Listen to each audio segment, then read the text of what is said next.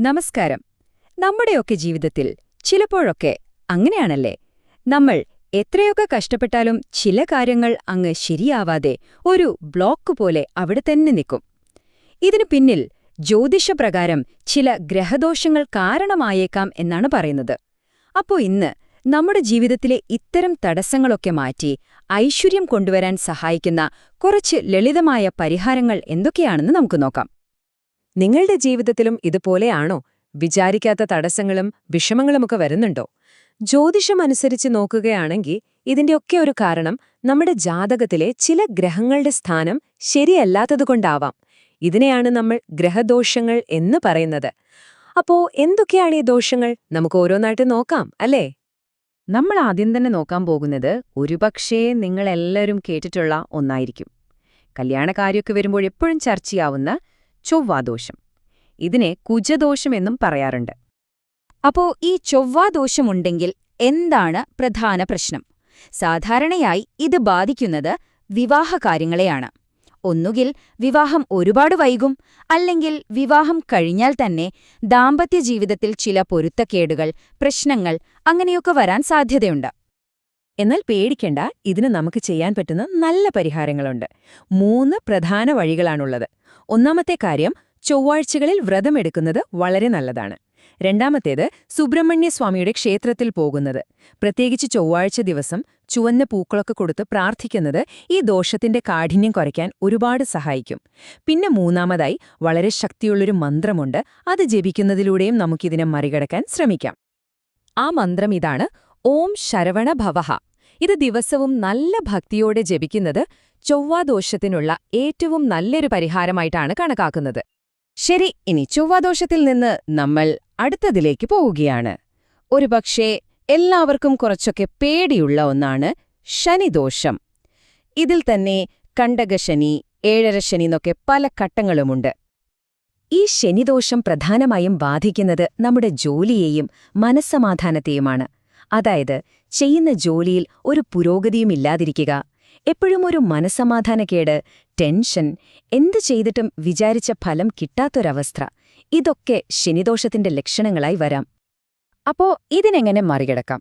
നമുക്ക് നോക്കാം. 1. ശനിയാഴ്ചകളിൽ ശാസ്താവിനെ, അതായത് അയ്യപ്പനെയോ അല്ലെങ്കിൽ ഹനുമാൻ സ്വാമിയെയോ ആരാധിക്കുന്നത് വളരെ നല്ലതാണ്. 2. നീരാഞ്ജനം എന്ന വഴിപാട് കഴിക്കുക. എള്ളെണ്ണ ഒഴിച്ച് അയ്യപ്പന് മുന്നില് വിളക്ക് കത്തിക്കുന്ന ആ വഴിപാട് ശനിദോഷത്തിനുള്ള ഏറ്റവും പ്രധാനപ്പെട്ട ഒന്നാണ്. പിന്നെ ശനിഭഗവാനെ പ്രീതിപ്പെടുത്താൻ പാവപ്പെട്ടവർക്ക് ഭക്ഷണം കൊടുക്കുന്നതും വസ്ത്രം ദാനം ചെയ്യുന്നതും വളരെ ഫലപ്രദമാണെന്നാണ് വിശ്വാസം. അടുത്തതായി നമ്മൾ നോക്കുന്നത് രാഹുകേതു ദോഷങ്ങളെക്കുറിച്ചാണ്. ഇതിനെ സർപ്പദോഷം അല്ലെങ്കിൽ നാഗദോഷം എന്നൊക്കെ സാധാരണയായി പറയാറുണ്ട്. ഈ ദോഷം കാരണം പലപ്പോഴും ചിലർക്ക് വിട്ടുമാറാത്ത സ്കിൻ പ്രോബ്ലംസ് വരാം. അല്ലെങ്കിൽ ഒരു പ്രത്യേക കാരണമൊന്നുമില്ലാതെ എപ്പോഴും ഒരു പേടി, ഒരു വെപ്രാളം, തീരുമാനങ്ങളൊന്നും എടുക്കാൻ പറ്റാത്തൊരവസ്ഥ, ഇതൊക്കെ ഇതിന്റെ ഭാഗമായി വരാം. ഇതിനുള്ള ഏറ്റവും പ്രധാനപ്പെട്ട പരിഹാരം ഇതാണ്. മാസത്തിലൊരിക്കൽ നിങ്ങളുടെ പിറന്നാള് വരുന്ന ദിവസം ഏതെങ്കിലും സർപ്പക്കാവിലോ നാഗക്ഷേത്രത്തിലോ പോയി 100 പാലും വഴിപാട് കഴിക്കുക. അതോടൊപ്പം കുറച്ചു മഞ്ഞൾപ്പൊടി സമർപ്പിക്കുന്നതും സർപ്പപ്രീതിക്ക് വളരെ നല്ലതാണെന്നാണ് പറയുന്നത്. ഓക്കെ, അപ്പൊ ഇതുവരെ നമ്മൾ ഓരോ ദോഷങ്ങളെയും അതിനുള്ള പരിഹാരങ്ങളെയുമാണ് നോക്കിയത്. ഇനി പൊതുവായി നമ്മുടെ ജീവിതത്തിൽ എപ്പോഴും ഒരു ഐശ്വര്യവും സമാധാനവും നിലനിർത്താൻ സഹായിക്കുന്ന ചില നല്ല ശീലങ്ങൾ എന്തൊക്കെയാണെന്ന് നോക്കാം. ഇവിടെ പറയുന്ന കാര്യങ്ങൾ വളരെ സിമ്പിളാണ്, പക്ഷെ ഭയങ്കര പവർഫുള്ളുമാണ്. 1. എല്ലാ ദിവസവും വൈകുന്നേരം വീട്ടിൽ വിളക്ക് വെച്ച് പ്രാർത്ഥിക്കുന്നത് വീട്ടിലെ നെഗറ്റീവ് എനർജി മാറ്റി പോസിറ്റിവിറ്റി നിറയ്ക്കാൻ സഹായിക്കും. 2. എന്ത് നല്ല കാര്യം തുടങ്ങുമ്പോഴും വിഘ്നങ്ങളൊക്കെ മാറ്റുന്ന ഗണപതി ഭഗവാനെ ഒന്ന് മനസ്സിലോർക്കുക. 3. നമുക്ക് കിട്ടുന്ന വരുമാനത്തിൽ നിന്ന് ചെറിയൊരു ഭാഗം മറ്റുള്ളവരെ സഹായിക്കാൻ വേണ്ടി മാറ്റിവെക്കുക. അതൊരു ശീലമാക്കുക. ഇതിലെല്ലാം ഉപരിയായി നമ്മൾ മനസ്സിലാക്കേണ്ട ഒരു കാര്യമുണ്ട്. ജ്യോതിഷം എന്ന് പറയുന്നത് നമുക്ക് മുന്നോട്ടുള്ള വഴി കാട്ടിത്തരുന്ന ഒരു ഗൈഡ് മാത്രമാണ്.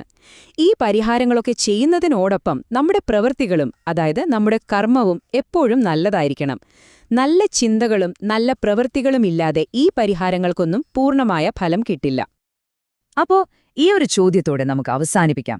നമ്മുടെ ഉറച്ച വിശ്വാസവും നമ്മുടെ നല്ല പ്രവൃത്തികളും ഒരുമിച്ച് ചേരുമ്പോൾ നമ്മുടെ ഓരോരുത്തരുടെയും ജീവിതത്തിൽ എന്തൊക്കെ മാറ്റങ്ങൾ കൊണ്ടുവരാൻ സാധിക്കും ഒന്ന് ചിന്തിച്ചു നോക്കൂ.